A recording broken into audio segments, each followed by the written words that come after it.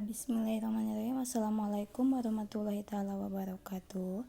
Anak-anak, hari ini kita akan belajar tentang pemantulan dan penyerapan bunyi. Ada di LKS halaman 47. Ibu akan menjelaskan beberapa tentang pemantulan dan penyerapan bunyi yang ada di LKS halaman 47. Pertama, bunyi dapat memantul dan diserap ya. Pemantulan bunyi mempunyai sifat bunyi ini mempunyai sifat dapat dipantulkan. Pemantulan terjadi jika bunyi saat merambat atau saat kalian mengucapkan suara tersebut, atau bunyi itu misalnya keluar dari benda-benda mengenai benda yang memiliki permukaan keras. Ya, ini akan mantul. Seperti kayu, kaca, dinding atau besi. Ini akan memantul kalau mengenai benda yang keras. Sedangkan kalau mengenai benda yang yang mempunyai sifat kebalikannya dari keras, berarti halus, itu akan diserap. Nanti untuk nomor 2. Sekarang kita akan bahas dulu untuk pemantulan bunyi jika mengenai benda yang keras. Itu ada 3. Yang pertama adalah gaung, yang kedua adalah gema. Ada 2 ya, gaung dan gema. Gaung atau kedam terjadi karena bunyi dipantulkan oleh benda yang jaraknya tidak jauh dari sumber bunyi. Hal ini menyebabkan datangnya bunyi pantul sama dengan bunyi asli yang selesai terucap. Akibat bunyi pantul mengganggu bunyi asli sehingga suaranya yang terdengar tidak keras. Ini gaung biasanya terjadi di tempat-tempat yang sempit. Contoh, kalian kalau misalnya ada di ruangan kelas yang sempit atau ruangan di rumah yang sempit, kalian ngobrol teriak-teriak dengan teman kalian, itu suaranya akan pengang ya. Gaung itu kalau kalian mengartinya biasanya pengang, berarti bunyinya tidak jelas, malah sakit di telinga, pengang. Selanjutnya adalah gema. Gema, kalau tadi di ruangan yang sempit, sekarang ini gema.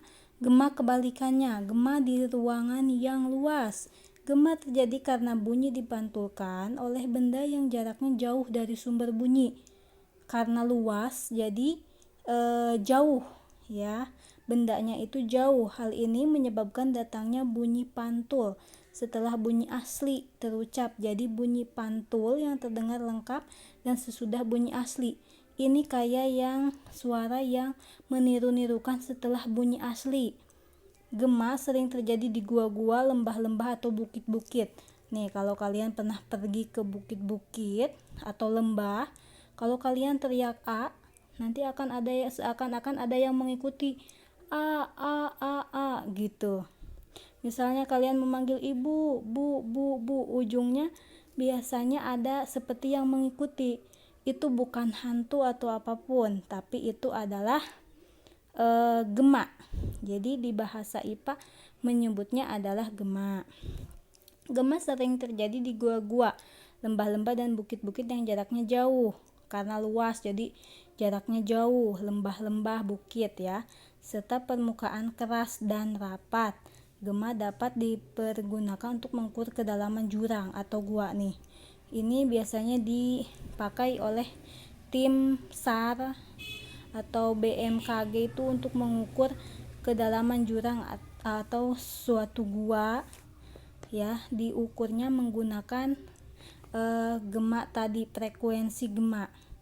Selanjutnya adalah penyerapan bunyi. Penyerapan bunyi kalau ini tadi pantulan, kalau ini diserap ya. Kalau ini jadi banyak suaranya, ada yang seperti ada yang mengikuti. Kalau ini jadi suaranya jadi hilang, tidak terdengar. Jadi kalau ada yang berada di luar ruangan tersebut, tidak akan terdengar. Contohnya di kalian kan pernah misalnya nonton ke bioskop. Nah, kalau nonton di bioskop itu di setiap dindingnya diberikan penyerap bunyi. Supaya apa? Supaya yang di luar tidak mendengar suara-suara yang ada di dalam, karena kan bioskop biasanya rame dengan suara bioskop itu, jadi yang di luar tidak terganggu. Nih, bunyi juga mempunyai sifat diserap. Benda-benda menyerap bunyi adalah ini yang permukaannya lembut, lunak ya, seperti karpet, goni, kertas, kain, busa, dan wol.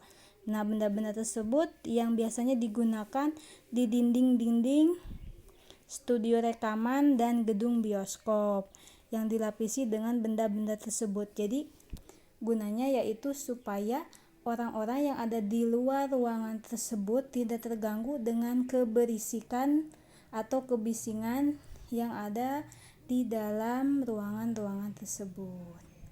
Sekian dari Ibu. Billahi taufiq wal hidayah. Wassalamualaikum warahmatullahi taala wabarakatuh.